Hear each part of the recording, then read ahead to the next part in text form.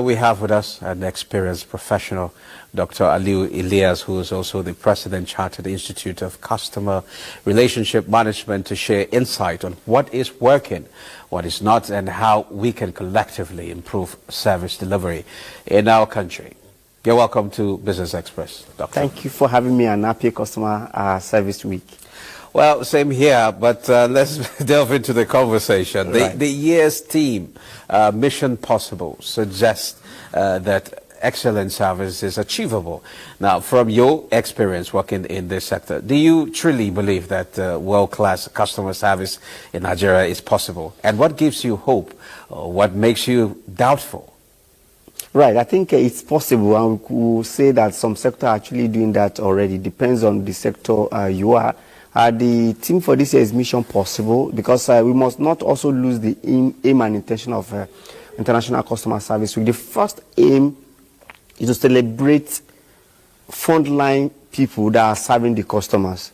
But we are changing it the other way around to actually celebrate the customer. People that actually take their time, work as a team to actually make sure that customer receive a seamless service are to be celebrated. And this year is Mission Possible. What simply means that with teamwork, with a good motivation, people serving customer can actually do well to serve them. But looking at Nigeria, like rightly asked, how we actually there? We are not there, but we are making progress, because people have got to know, especially companies, that if you don't offer good customer experience, good customer service, there is now competition and you may be out of business, because people will go ahead and sometimes even people want to pay for experience. They want to pay for good customer service. Once you dissatisfy them, like your DG rightly said now, that if there's any complaint, you should complain to him directly or get feedback. So if you don't get feedback from people, definitely you'll be out of business as soon as possible. Now, many Nigerians complain that customer service in our country is poor. Long waiting times, rude staff, unresolved complaints. What do you think is the root cause of these challenges? Is it a training issue, or is there something deeper? I think the first thing is a training issue and lack of professionalism. We think you can just pick any one of the staff and make the person customer representative person. Meanwhile, as a customer service person, there's some temperament, there's some trainings that that person must have gone through before he now man that area, which is very, so the first thing is professionalism. But two things is very key. One, we look at two things or four things generally. The first thing is process. Any service delivery that does not have good process, it's a problem. If a process is too long, you could see in financial sector now, people prefer to go to some seamless process to open their account compared to going to the long route. I'm sure Nigerians will agree with me on that. Then another one is the turnaround time. If I come to transact business with you and it takes me about 30 minutes, and I saw another one that takes me about 5 minutes, trust me and trust Nigerians, we would like to go to that one that actually take us less time compared to the other one. Then another one that we need to look at is attitude, and that's why people must be trained. If you are not if you do not train your frontline people, your customer experience manager, your customer service manager with good attitude, it's going to bring a problem. Everybody has a baggage. But such person should not bring his or her baggage down to the work he or she is actually doing. So these are things that we need to look at: the turnaround time, the process, the attitude, and the product knowledge, as it were. Now, speaking of training, do you think Nigerian companies invest enough in training their customer service staff?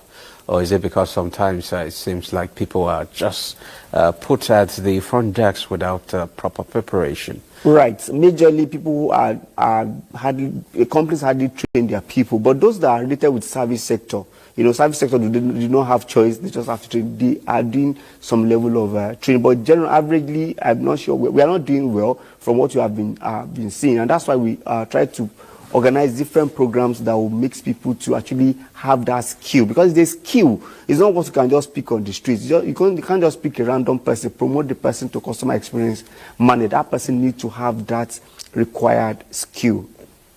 Now, we are talking about the time of AI and other technologies, emerging technologies. Where's the place of technology in all this? Because it seems to be an issue of, you said, behavior and training and things like that. How does AI, well, let's say not only AI, how does technology actually address some of these gaps? Before the AI, there are several ERP, there's several technology that you can actually use. Those technology enhance and make it seamless for you to remember your customers, know their because if they complain to you and you are not keeping it somewhere, by the time they call you, look at the trajectory, you answer them through that. So technology is very, very good. So any customer experience that you want to do now, you must have level of technology. But it must not be that you must have technology to do everything, because there's still space and place of human touch. So, but technology is taking the lead at this point in time. Well, another thing is actually service delivery a foreign thing, or is it something that we can actually compete with other foreign companies? Because they seem to be doing better, if you look at it. Right. I would not say it's a foreign thing. I think it's global. Service delivery is global because people can actually see, perceive, hear, get to taste anything that is good. So it's no brainer. Wherever you are in the country, wherever you are in the world, if you experience good customer experience, I tell you will go back to that place. We could see people going to different, shop, different restaurants just to get the experience, and they don't mind paying more into it. And those people that have not take it as a point of duty to give good customer experience, they have been losing customer. I can tell you, since we have even COVID has exposed it the more. Yeah. If you don't give people good customer experience, they have alternative. People will definitely go to the alternative. So for you to be in business, for you to improve your profit base, for you to